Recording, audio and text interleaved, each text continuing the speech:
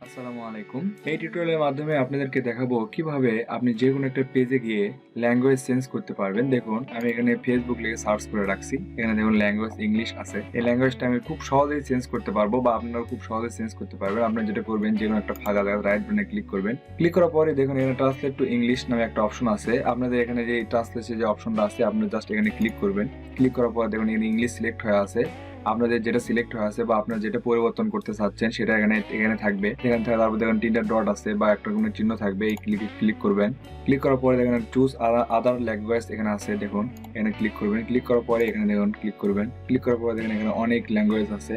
এখানে বাংলা আছে, আমি বাংলা দিয়ে ক্লিক করলাম। ক্লিক করার পরে ট্রান্সলেট করে দিলাম।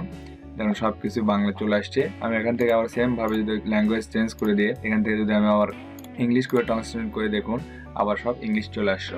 আপনারা অতি সহজে যে কোনো পেজে এই ট্রান্সলেশন করতে পারবেন। ধন্যবাদ।